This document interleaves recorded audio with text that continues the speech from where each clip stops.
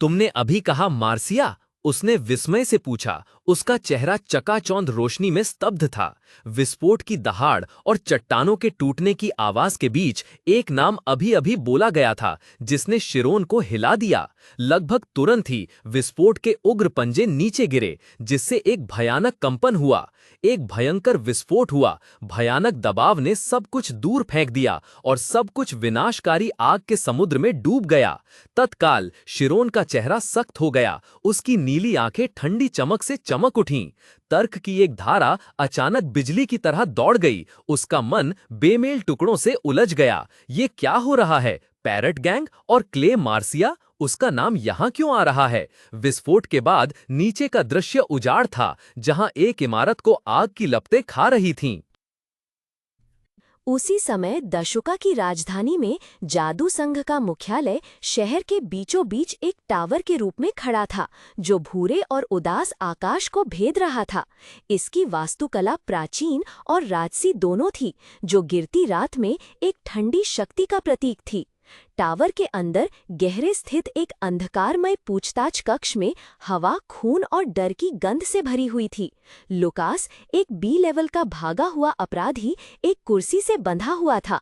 उसका मांसल शरीर चोटों और खून से ढका हुआ था। पसीना और खून उसके चेहरे पर बह रहा था, लेकिन उसकी आंखें अभी भी हठीले अवज्ञा के साथ चमक रही थीं। उसके पीछे खड़े साकिरी ने लुकास के बालों को कसकर पकड़ लिया, जिससे उसे दर्द में अपना सिर पीछे की ओर झुकाने के लिए मजबूर होना पड़ा। प्रतिकूल परिस्थितियों के बावजूद लुकास के होठों पर एक भयंकर मुस्कुराहट आ गई। वो कराह उठा, उसकी आवाज कर्कश थी। तोते के गिरोह का बॉस पाल्कोवा है। तुम पाल्कोवा को नहीं पकड़ पाओगे, क्योंकि वो लूप के वितरण को पूरी तरह से नियंत्रित करता है, जब तक मुझे मदद न मिले। साकिरी अभी भी भयानक रूप से शांत लग रहा था। उसकी तीखी नजरें उत्तेजना से जरा भी नहीं डगमगा रही थीं। उसने धीरे धीरे पूछा, उसकी आवाज ऐसी थी जैसे वो एक स्पष्ट तथ्य की पुष्टि कर रहा हो, तो पाल्कोआ तोते के गिरोह का बॉस है? ये सुनकर लुकास ने अपने आप को एक तिनका पकड़ लिया। वो खून से लथपथ दांतों को दिखाते हुए पागलों की तरह हंसा और चिल्लाया, हाँ, मैं सब कुछ बता दूंगा, इसलिए मेरी सजा कम कर दो। क्या कहते हो? उसकी निराशाजनक पेशकश अभी भी हवा में तैर रही थी कि अंधेरे में साकिरी का हाथ एक तेज कटार के हैंडल पर कस गया। ब्लेड की चमकते रोशनी कमरे की मंद रोशनी को प्रतिबिंबित करती है। ये संकेत देती है कि ये क्रूर पूछताछ अभी तक समाप्त नहीं हुई है। धम की तेज आवाज के साथ साकिरी ने लुकास के बाल पकड़कर उसका सिर जोर से फर्श पर दे मारा। असहनीय दर्द से लुकास को अपने दांत भींचने पड़े। उसके मुंह के कोने से ताजा खून रिसने लगा। उसे संभलने का मौका दिए बिना एक और जबरदस्त मुक्का सीधे उसके पेट पर पड़ा, जिससे लुकास दर्द से चीख उठा और ठंडे पत्थर के फर्श पर गिर पड़ा। पूरा शरीर कांप रहा था। लुकास हाँफ रहा था। पसीने और खून उसके दर्दनाक चेहरे पर मिल गए। ऊपर साकिरी बेरहमी से खड़ा था। उसकी शर्ट खून से सनी हुई थी। उसके हाथ में तेज धार वाला खंजर था। उसने लुकास को बेजान आंखों से देखा। अंधेरे कमरे में उसकी बर्फीली आवाज गूंजी, मैं नकली तोतों के गिरोह के बारे में बात नहीं कर रहा।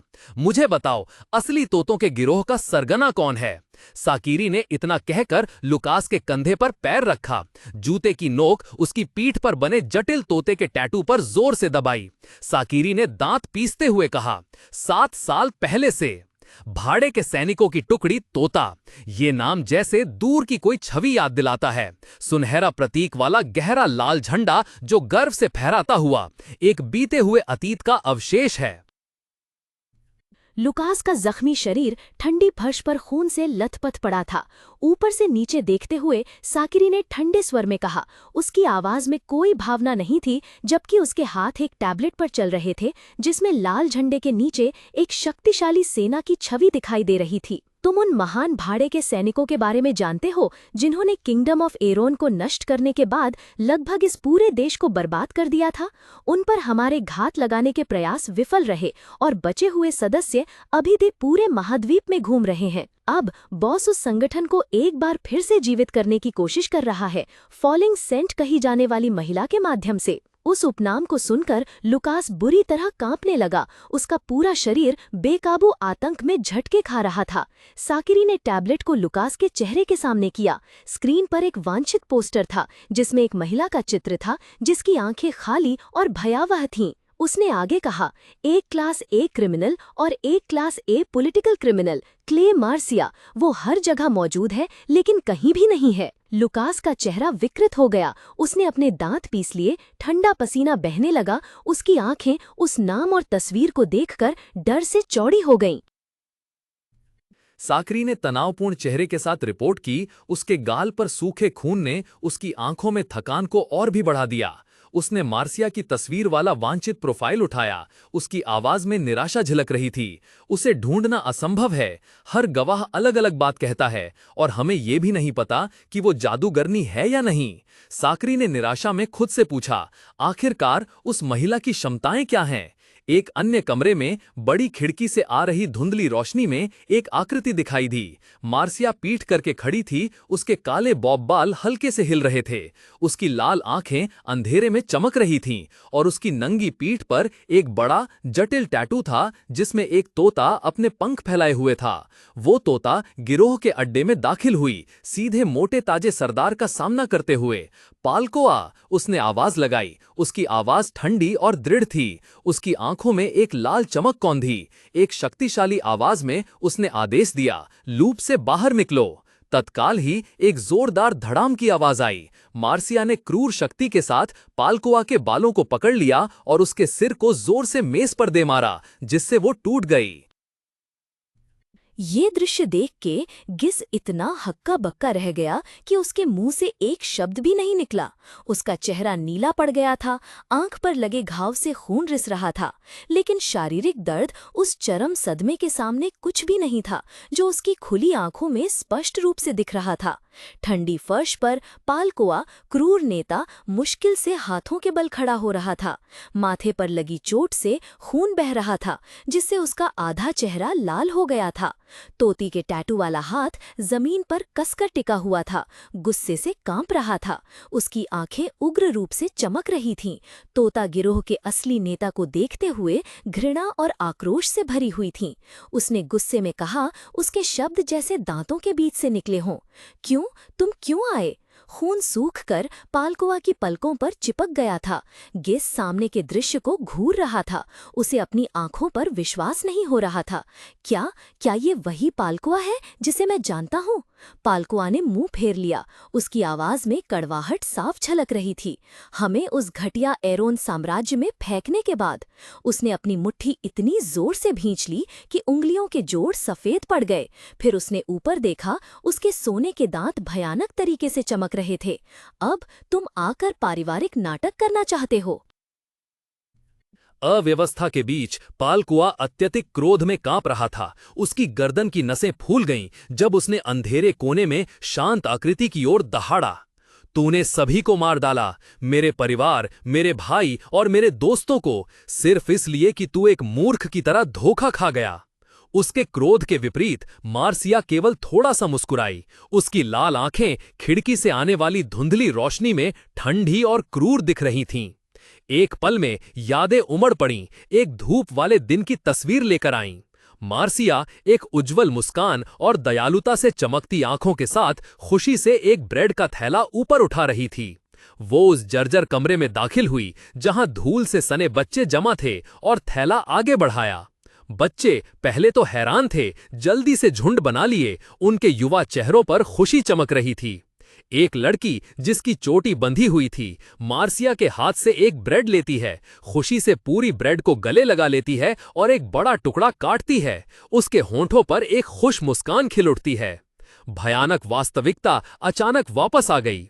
मलबे के बीच फर्श के नीचे से एक कमजोर, रुकी हुई आवाज आई, कप्तान। ये वही लड़की थी जिसकी चोटी बंधी हुई थी। अब वो खून के पोखर में हाँफ रही है। उसका प्यारा चेहरा गंदा और पीटा हुआ है। उसकी आंखें खुली हुई हैं, दर्द और सदमे से भरी हुई हैं, क्योंकि वो अपनी आखिरी सांस ले रही है। स्मृतियां एक तूफान की तरह उमड़ आईं, अराजक और दर्दनाक। खंडहर सड़कों के बीच चीखें और हथियारों की भिड़ंत की गूंज सुनाई दे रही थी। एक छोटा सा शरीर ठंडी जमीन पर गिर गया, पीठ पर शापित तीरों से भरी हुई। ताज़ा लाल खून उसके मुंह के कोने से निकल रहा था, लेकिन आखिरी शब्द समय पर निकल गए, कमजोर लेकिन बेचैन, भागो बहन भागो। निर्दयी हकीकत वापस आ गई। एक मंद रोशनी वाले कमरे के बीच मार्सिया चुपचाप खड़ी थी, नंगी पीठ पर जटिल पंखों का टैटू उस आदमी की ओर मुड़ा हुआ था जो फर्श पर गिरा हुआ था। पालकोआ, जिसका चेहरा चोटों और खून से सना हुआ था, ने उसकी ओर देखा। उसकी आंखें आक्रोश से क्रोधित थीं। पास खड़े गुर्गे डर से देख रहे थे। उनमें से एक ने फुसफुसाते हुए कहा, बॉस। पालकुआ दहाड़ा, उसकी आवाज गुस्से और दर्द से कर्कश थी, अन्य सभी आवाजों को दबा रही थी। तुम नहीं कर सके, लेकिन मैंने कर दिखाया। मैं अपने भाइयों को बिना उनकी जान जोखिम में डाले पाल सकता था। उसने उठने की कोशिश की, लेकिन मार्सिया के हाथ ने उसे नीचे दबा दिया। उसकी आंखों में गुस्सा धीरे धीरे अत्यधिक दर्द में बदल गया। मार्सिया ने ठंडे स्वर में कहा, क्या तुम मुझसे इतनी नफरत करते हो? क्या इसलिए तुम युद्ध से भाग गए? पालकुआ के क्रोध के विपरीत मार्सिया भयावह रूप से शांत थी। उसने उसे धीरे से देखा। उसकी लाल जादुई आंखें स्थिर थीं और उसकी आवाज स्थिर ठंडी थी। मुझे हमेशा इस बात का खेद रहा है कि मैं तुम्हें सबसे अच्छा वातावरण नहीं दे सकी, लेकिन हम भाड़े के सैनिकों का एक समूह हैं। हवा खून और डर की गंध से भरी हुई थी। ठंडी फर्श पर खून के तालाब के बीच एक लूप की जड़ बेसहारा पड़ी थी। मार्सिया वहीं खड़ी थी, उसकी बर्फीली आवाज सामने वाले के दिल में उतर गई। और क्योंकि तुम युद्ध से भाग गए, हमने जरूरत से ज्यादा सदस्य खो दिए। अब समझे? उसकी लाल आंखें मौत की किरण के साथ चमक रही थीं, जो पालकोआ पर टिकी हुई थी, जो घुटनों के बल गिरा हुआ था। मार्सिया की सांस आक्रोश से भरी हुई थी। उसके शब्द एक धीमी, क्रूर मौत की सजा की तरह थे। वो जिसने हमारे परिवार को मारा, वो तुम हो। पालकोआ, जिसका चेहरा बुरी तरह से घायल और खून से लथपथ था, भय से ऊपर देखा। उसकी आंखें चौड़ी हो गईं। जब ये कठोर आरोप उसके कानों में गूंजा तो हैरानी और निराशा साफ झलक रही थी। मार्सिया ने तिरस्कार से फर्श पर पड़े लूप की जड़ को देखा। ऐसा लगता है कि चाहे युद्ध के मैदान पर हो या वास्तविक जीवन में, तुम जो कुछ भी करते हो वो भागना ही है। उसी समय कमरे के कोने से दर्द भरी कराह सुनाई दी। गिस फर्श पर सिकुड़ा हुआ पड़ा था। उसका चेहरा सूजा हुआ था और उसके मुंह के कोने से खून बह रहा था। लड़का उठने की कोशिश कर रहा था, लेकिन बेकार। मार्सिया का ध्यान तुरंत लड़के पर गया। ये लड़का कौन है? मौत के कगार पर होने के बावजूद पालकोआ ने जवाब देने की कोशिश की। उसकी आवाज फटी हुई थी। मैंने इसे इसलिए बुलाया क्योंकि मुझे एक आदमी की जरूरत थी। इसका आपसे कोई लेना देना नहीं है नेता। मार्सिया झुकी। उसका तेज चेहरा पालकोआ के करीब था। उसकी आवाज धमकी भरी फुसफुसाहट में थी। मुझे लगता है कि है। बात एक शिरोन नाम के आदमी की है। ठंडी फर्श पर गिस सिकुड़ा हुआ पड़ा था। उसका चेहरा नीला पड़ा हुआ था और खून से लथपथ था। ऊपर से एक ठंडी आवाज आई जिसने उसके दिमाग में दहशत भर दी। वो नाम सुनकर गिस का पूरा शरीर बुरी तरह से कांप उठा। पास ही तोता गिरोह का सरगना पालकुआ भी कम बदहाल नहीं था। उसने अपने सामने खड़ी महिला को देखा। उसके खून से सने चेहरे पर खौफ साफ झलक रहा था। कैसे? तुम्हें कैसे पता? मार्सिया ने तिरस्कार से उस पर नजर डाली, फिर दर्द से कराह रहे गिस पर देखा। उसने व्यंग्य से होंठ पिचकाए। उसका लहजा पूरी तरह से हेकड़ी भरा था। सच में? क्या तुम सच में सोचते हो कि मुझे उस आदमी का नाम नहीं पता जिसने मेरा कारोबार बर्बाद कर दिया? तो मेरा अनुमान सही था। शिरोन है। मेरा भाई बहुत दयालु है। वो ऐसे किसी को यूं ही नहीं छोड़ सकता। गिस हाँफते हुए ही सांस ले पा रहा था। उसके पूरे शरीर में तेज दर्द की लहरें दौड़ रही थीं, जबकि वो उन निर्दयी शब्दों को सुन रहा था। गिस को छोड़कर मार्सिया पालकुआ की ओर मुड़ी। उसकी आंखें चाकू की तरह तेज थीं। पालकुआ, मैं तुम्हें आखिरी काम सौंपूंगी। उसने अपना सिर ऊंचा किया। उसके होंठों पर एक शातिर और पागल मुस्कान खिल उठी। उसकी आंखें धुंधली रोशनी में लाल हो गईं। शिरोन को मेरे पास ले आओ और उसके गिरोह के बाकी सदस्यों के साथ तुम जो चाहो करो। एक सूखी धम की आवाज आई जो मंद रोशनी वाले कमरे में छाई चुप्पी को तोड़ गई। मार्सिया थोड़ी चौंकी, जबकि उसके बगल में खड़े फेल्ट हैट पहने माफिया ने केवल भौहें सिकोड़ी। उसकी तीखी नजर वैसी ही रही। वो बड़ी खिड़की की ओर बढ़ा, जहां से धुंधली चांदनी बारिश की लकीरों के बीच से झांक रही थी जो कांठ पर बह रही थीं। वाह, उसने नीचे देखते हुए व्यंग्य से कहा। अंधेरी गली में एक छोटी सी लहर पोखर के बीच फैल गई, जो उस व्यक्ति का एकमात्र निशान था जिसने अभी अभी एक साहसी छलांग लगाई थी। उसने मन ही मन सोचा, कितना साहसी। कमरे में लौटने पर मार्सिया के चेहरे पर शुरुआती आश्चर्य गायब हो गया और उसकी जगह एक डरावनी ठंडक आ गई। उसने चिलम में तंबाकू जलाने के लिए एक तीली जलाई। उसकी आवाज तीखी और बिना किसी हिचकिचाहट के गूंजी, उसका पीछा करो। तत्काल ही रात और बाहर की मूसलाधार बारिश को तेज धमाकों ने चीर दिया। मूसलाधार बारिश के बीच खड़े होकर माफिया ने ठंडे दिल से अपनी स्मोकिंग पिस्तौल को आगे की ओर तान दिया। गर्म खोल ड्रम से बाहर निकल गए और गीली जमीन पर गिर गए। रात गहरी होती गई और मूसलाधार बारिश शुरू हो गई। ठंडी पानी से पूरे द्वीप को धो रही थी। समुद्र किनारे स्थित गांव को देखने वाली एक ऊंची चट्टान की चोटी पर एक आदमी सफेद कोट और फेडोरा टोपी पहने चुपचाप खड़ा था। काले कपड़े पहने हुए अपने अधीनस्थों के बीच उसकी आकृति अलग दिख रही थी। उसने दूर स्थित छोटे द्वीप की ओर देखा, जहां अभी-अभी एक भयंकर आग लगी थी।